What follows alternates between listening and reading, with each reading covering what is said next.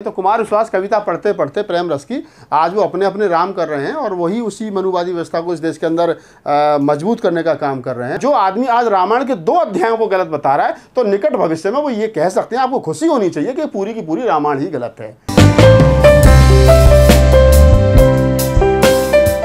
देखिए, सबसे पहले तो मैं कुमार भाई को धन्यवाद देता हूँ और उनका शुक्रिया अदा करता हूँ कि एज ए कवि जो उन्होंने विश्व भर में अपनी पहचान बनाई थी।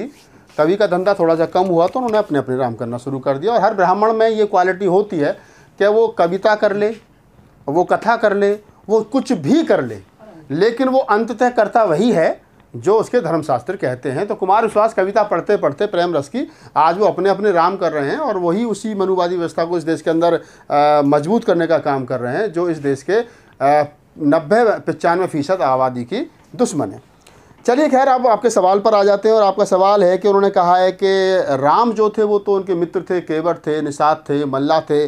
जब इतने अछूत, शोषित, पीड़ित लोग उनके मित्र थे तो वो फिर उसकी हत्या कैसे कर सकते? शंभुक की ये बात गलत है।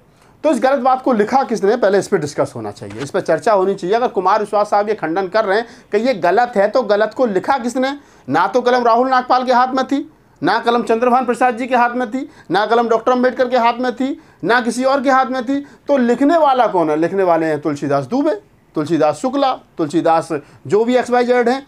तो अब आप इस बात को समझिए कि जिस आदमी ने रामायण में इस बात को लिखा है वो कहते हैं कि इससे मैं आगे की बात और बता देता हूँ आप लोगों को। कुमार भाई इसमें कहते हैं, कुमार विश्वास कहते हैं कि 2 चीज़ें बाद में जोड़ी गई हैं, एक तो शंभुक का वध और एक सीता का परित्याग का, क्योंकि ना तो राम ने शंभुक का वध किया है और ना ही राम ने माता सीता का कभी त्याग किया था। तो 2 चीज़ें इसमें जोड़ी गई हैं। और इससे आगे वो जो कहते हैं, साथ तुमने वो नहीं सुनी तो मैं इसको कंप्लीट कर देता हूँ। वो कहते हैं कि ये दोनों बातें जब भारत में बौद्ध धर्म का उदय हुआ तो जो लोग सनातनी परंपराओं से बौद्ध धर्म की तरफ गए उन्होंने सनातनी परंपराओं को या सनातनी धर्म को या हिंदू धर्म को बदनाम करने के लिए रामायण में इन 2 अध्यायों को जोड़ा।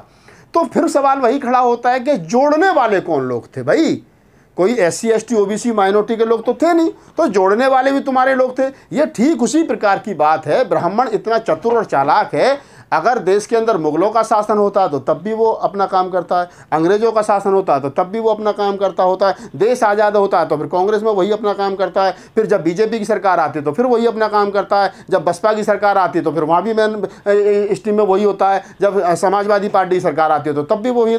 तो ब्राह्मण क्योंकि अल्प मत में है इस देश के अंदर, उसकी संख्या मात्र 2.5-3% है, तो वो ताकत के साथ रहता है और ताकत जिसके पास होती है वो उसके पक्ष में लिखना शुरू कर देता है, उसके पक्ष में पढ़ना शुरू कर देता है, उसके बारे में अपनी कल्पना वो हर तरीके से बताना शुरू कर देता है। तो कुमार भाई जो इस बात को कह रहे हैं तो उसके अगर ये मैं मान भी लूं कि ऐसा कभी नहीं हुआ है और ये बात मिथ्या है और रामायण में जोड़ी गई है, तो अभी तो उन्होंने, मैं कह रहा हूं कि सिर्फ 2 चीज़ों को ये कहा है कि मिथ्या है, एक शंभुक का वध और एक सीता का परित्याग। भविष्य में वो ये भी कह सकते हैं धीरे धीरे, तो कहते हैं ना मैं बुलंदशहर में मेरा जन्म हुआ। एक बार एक छोटी सी कहानी मैं आपको सुना देता हूँ। एक स्कूल में, प्राइमरी स्कूल में BSc आ गया और BSc आ गया तो उसने बच्चों को पूछा टीचर से, भी मास्टर बच्चे कैसे पढ़ रहे हैं? बहुत बढ़िया पढ़ रहे हैं। तो उसने कहा कैसे, बच्चा खड़ा कर लिया, बोले बेटा क्या नाम है तेरा? कहा जी राहुल नागपाल। क्या तो बता 8 दूनी कितने होते हैं? 20। तो टीचर ने उसकी पीठ थपथपाई, बोले बहुत अच्छा बेटा, 8 दूनी 20। तो BSc कहने लगा मास्टर जी ये 20 बता रहा, 8 दूनी 16 होते हैं। क्या साहब ये कल 24 बता रहा था, धीरे धीरे लाइन पे आ रहा है। तो आप इस बात को समझिए कि जो कुमार विश्वास आज ये कह रहे हैं, हमारे मित्र हैं, हमारे डिस्ट्रिक्ट बुलंदशहर के हैं और जाति से ब्राह्मण हैं, उन्होंने PhD की है यार और हिंदी के प्रोफेसर हैं और बड़ी उनकी अच्छी तर्क बुद्धि है। जो आदमी आज रामायण के 2 अध्यायों को गलत बता रहा है तो निकट भविष्य में वो ये कह सकते हैं, आपको खुशी होनी चाहिए कि पूरी की पूरी रामायण ही गलत है। तो इसमें कोई बहुत बड़ी बात नहीं है। तो हमें तो कुमार भाई का धन्यवाद करना चाहिए। मैं तो उनका शुक्रिया अदा करता हूँ कि कम से कम आज वो अपने ही पुरखे के तुलसीदास दुबे के लिखे हुए तब में 2 अध्यायों को तो गलत बता रहे हैं। कम से कम उन्होंने तुलसीदास को 20% तो गलत माना, 25% तो गलत माना। निकट भविष्य में हो सकता है वो वाल्मीकि को भी गलत बताएं, निकट भविष्य में हो सकता है कि वो कुछ और लोगों को भी गलत बताएं। तो इस पर ज़्यादा चिंतन मनन करने की ज़रूरत बिल्कुल नहीं है आप तमाम लोगों को। कुमार विश्वास जैसे लोग आते रहेंगे, हैं वर्तमान में, पूर्व में भी थे और आने वाले समय पर भी आएंगे। तो इसमें कोई ऐसी बहुत बड़ी चर्चा का विषय नहीं है। कुमार विश्वास ने जो कहा उनका धन्यवाद है। मैं उनके घर पर, उनका एड्रेस मेरे पास में है, वो वसुंधरा में रहते हैं, लड्डू वड्डू भिजवाएंगे, कहेंगे कि कहिए थोड़ा इसके 2 अध्याय और गलत हैं। देखिए विवाद बहुत ज्यादा हो रहा है ना ग्रंथों को। ब्राह्मण क्या है ना, जब उनके सामने समस्या क्या है, अब जब उनको लगता है कि हमारे जो कथावाचक हैं वो सही तरीके से नहीं बता पा रहे हैं, वो उतने अच्छे वक्ता नहीं है, तो वो कुमार विश्वास को ले आए, उनको फंडिंग कर दी, उनसे कहते कि जाओ अपने अपने राम करो। तो अपने अपने राम में वो रामायण को अपने तरीके से बता रहे हैं। कल को हो सकता है जैसे ताड़न शब्द का अर्थ बदल दिया उन्होंने, और गीता प्रेस ने उसने हज़ारों किताबें रामायण छाप करके बंटवा दी, जबकि सच्चाई ये आप सब लोग जानते हैं कि अगर किसी भी किताब में कोई भी संशोधन होता है तो राइटर्स की परमिशन, राइटर जो उसका लेखक होता है उसकी परमिशन जरूरी है। अब तुलसीदास दुबे चूंकि मर गए, वो तो है नहीं दुनिया में, उनकी बिना परमिशन के, एक तो उन्होंने यही अपराध करा कि उनकी बिना परमिशन के उसका अर्थ बदल दिया। तो ये बहुत सारी चीज़ें हैं, वो करते रहते हैं समय समय पर इस प्रकार की बातें कि आज ये गलत नहीं है, पूर्व में ये गलत था, अब ये सही है, हो सकता है कल को ये इसका और भी कुछ दूसरा अर्थ निकाल लें।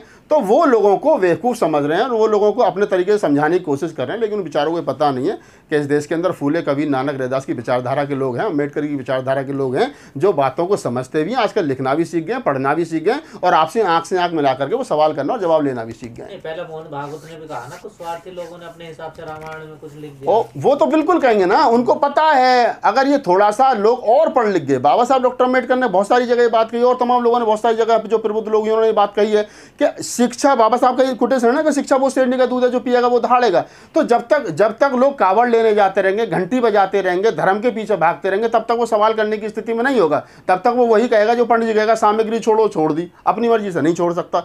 लेकिन जब वो पढ़ेगा, लिखेगा, पीएचडी करेगा, प्रोफेसर बनेगा, डॉक्टर इंजीनियर बनेगा, तब वो तरक्सील बनेगा, तो फिर सवाल करेगा। और जब सवाल करने वालों की संख्या ज़्यादा हो जाएगी तो फिर मोहन भागवत जैसे लोगों को जवाब देना पड़ेगा, क्योंकि उनको सत्ता में बने रहना। उनको कहना पड़ेगा हाँ भाई मेरा बाप गलती करके चला गया था और मैं उसी लिए क्षमा प्रार्थी हूँ, आगे से ऐसी गलती नहीं होगी, अब मुझे माफ़ करो। क्यों? क्योंकि उस गद्दी पे बैठना है। अगर वो कहेगा नहीं मेरे बाप ने ठीक कही, तो हो सकता है नीचे उठा के फेंक दे, कोई दूसरा गद्दी पे बैठ जाए। तो सवाल जो है वो लाभान्वित पद का है, वो चाहे मंदिर का हो, चाहे सत्ता का हो, चाहे किसी विश्वविद्यालय के वाइस चांसलर का हो, वो गद्दी पर, वो शासन में, वो प्रशासन में, वो ताकत के साथ बना रहना चाहते हैं। इसलिए अगर उनको अपने बाप को भी गाली देनी पड़े तो वो कुमार विश्वास, तुलसीदास दुबे को भी गलत बता सकते हैं, किसी और को भी गलत बता सकते हैं। दोस्तों आप सबका बहुत बहुत शुक्रिया। बहुत सारी बातें कहने की है, और लगातार मैं इतनी फाइल आप देखेंगे तो इतनी फाइल खाली principal, director, vice chancellor, SC commission, home minister, Delhi police चिट्ठी लिखते, इतनी फाइल, कहीं कोई कार्रवाई नहीं होती, कुछ नहीं होता। इसलिए कहीं कुछ नहीं हो रहा है तो आपके साथ उत्पीड़न हो रहा है,